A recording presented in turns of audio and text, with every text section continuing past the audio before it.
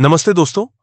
आज हम बात करने जा रहे हैं एक ऐतिहासिक रक्षा समझौते की, जो न सिर्फ भारत और वियतनाम के बीच रणनीतिक साझेदारी को मजबूत करेगा, बल्कि पूरे इंडो पैसिफिक क्षेत्र में शक्ति संतुलन को भी बदल देगा।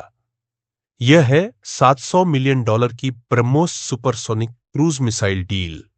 एक ऐसा समझौता जो भारत की मेक इन इंडिया और आत्मनिर्भर भारत की सोच को दुनिया के सामने रखता है।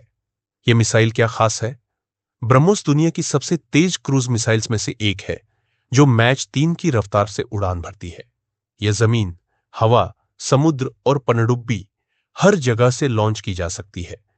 इसकी मारक क्षमता 500 किलोमीटर तक है और यह सिर्फ 1 मीटर के अंदर सटीक निशाना लगा सकती है। इसे भारत की डीआरडीओ और रूस की एनपीओएम ने मिलकर बनाया है और अब यह दुनिया भर में भारत की रक्षा तकनीक का झंडा बुलंद कर रही है। वियतनाम के लिए यह समझौता सिर्फ एक मिसाइल खरीदने जैसा नहीं है। यह दक्षिण चीन सागर में चीन के बढ़ते दबाव का जवाब है। वियतनाम अपनी सुरक्षा को मजबूत करना चाहता है और भारत के साथ यह साझेदारी उसके लिए एक रणनीतिक जीत है। वियतनाम अपने सु-30 फाइटर जेट्स और कोस्टल बैटरीज में इन मिसाइल्स को तैनात करेगा, जिससे उसकी समुद्री सुरक्षा कई गुना बढ़ जाएगी। यह डील भारत वियतनाम रिश्तों की एक लंबी कहानी का हिस्सा है। अगस्त 2024 में दोनों देशों ने 14वें India Vietnam defence policy dialogue की और साइबर सिक्योरिटी, मिलिट्री मेडिसिन और ट्रेनिंग जैसे क्षेत्रों में सहयोग बढ़ाने पर चर्चा की।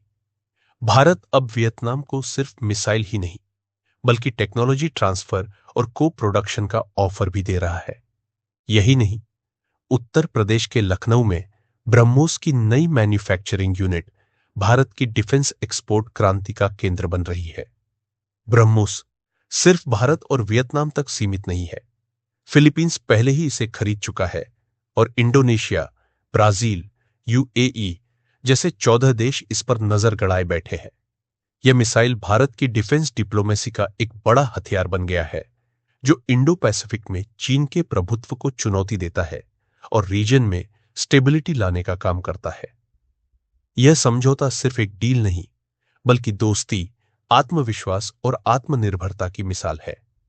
भारत आज दुनिया को दिखा रहा है कि वह सिर्फ हथियार खरीदने वाला देश नहीं, बल्कि एक ताकतवर रक्षा निर्यातक बनने की ओर बढ़ रहा है।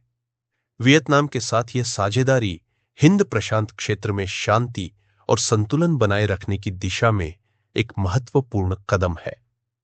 जय हिंद और वियतनाम भारत दोस्ती लंबे समय तक चले,